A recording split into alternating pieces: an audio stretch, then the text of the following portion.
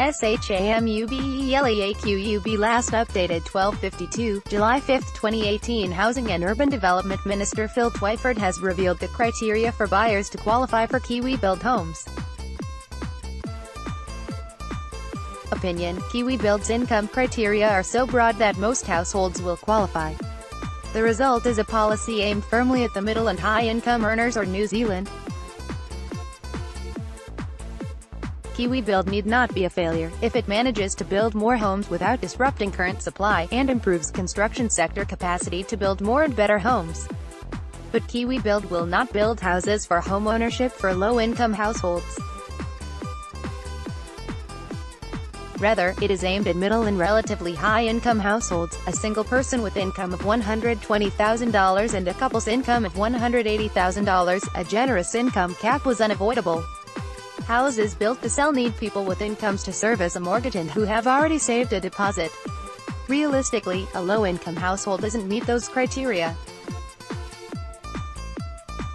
Read more. KiwiBuild registration closed to 6,000 people want in. KiwiBuild couples earning up to $180,000 will be able to buy homes. Why the government is letting the rich buy KiwiBuild homes. If KiwiBuild wanted to improve housing conditions for low-income households, it would have focused instead on boosting state housing, community housing, build-to-rents, that is, build new homes for the exclusive purpose of renting them out, and assisted ownership like the shared equity program run by the likes New Zealand Housing Foundation. If it really wanted to make KiwiBuild houses affordable to buy for low-income households, the houses needed to be much cheaper.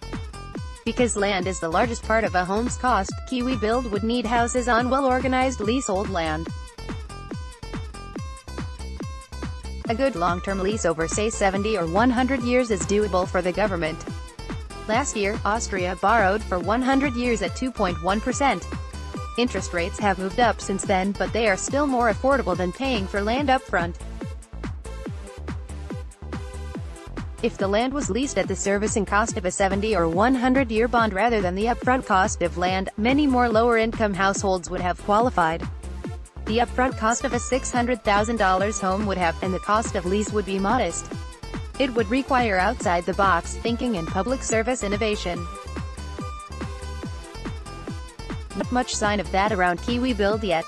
There are other ways KiwiBuild can help, by boosting supply, building types of houses that would otherwise not be built, and building capacity in the construction industry. KiwiBuild plans to build 100,000 houses in the next decade. We already build around 200,000 a decade. The trick will be to ensure KiwiBuild doesn't just cannibalize houses we would have built anyway. SHAMUBEEL EAQUB: if it really wanted to make KiwiBuild houses affordable to buy for low-income households, the houses needed to be much cheaper. It is possible for the government to boost supply. We did that in the 1950s, when the government built state houses, but only in modest numbers. The biggest increase came from long contracts government entered into with builders and a guarantee to buy new subdivision houses at an agreed discounted price. Builders confident of income from other sources and a guaranteed buyer at a minimum price built more spec houses and had plenty of motivation to innovate to keep costs under control. Costs are going to be a big issue for KiwiBuild, because our construction sector is not very efficient. Productivity in the sector has not improved much in the last 30 years. A big increase in construction would need to bring in perhaps 50,000 more builders at the peak.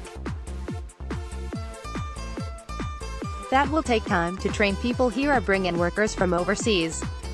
Alternatively, we can look to more prefabrication and structural insulated panels. By building in factory methods, construction costs will come down and homes will be built much faster. Sweden effectively did this with its Million Homes program that started in 1960s. However, the houses are built, they should aim to fill gaps in the market. Currently, we do not build enough medium density and small homes. KiwiBuild should aggressively increase supply of these kinds of homes. We should also build homes to a better standard. In a research report I wrote for the Green Building Council, it was clear that the running costs of a high-quality home is lower than those built at the current building code. It would make it easier for households to repay their mortgage if we built more energy-efficient and well-ventilated homes. KiwiBuild will not help low-income households buy homes, but it can still help if it manages to build more small, dense and high-quality homes. It could still improve by selling a portion to institutional long-term landlords like in Europe, but that doesn't appear to be part of the mix. The long-term fixes for low-income households are still through more state houses, better rental policies and mass reform of land supply and infrastructure financing. SHAMUBEEL EAQUB is an independent economist. Labour promised 100,000 new homes in 10 years. Its first deadline is 1,000 built by July 1, 2019. Homes target to keep on track days until first deadline.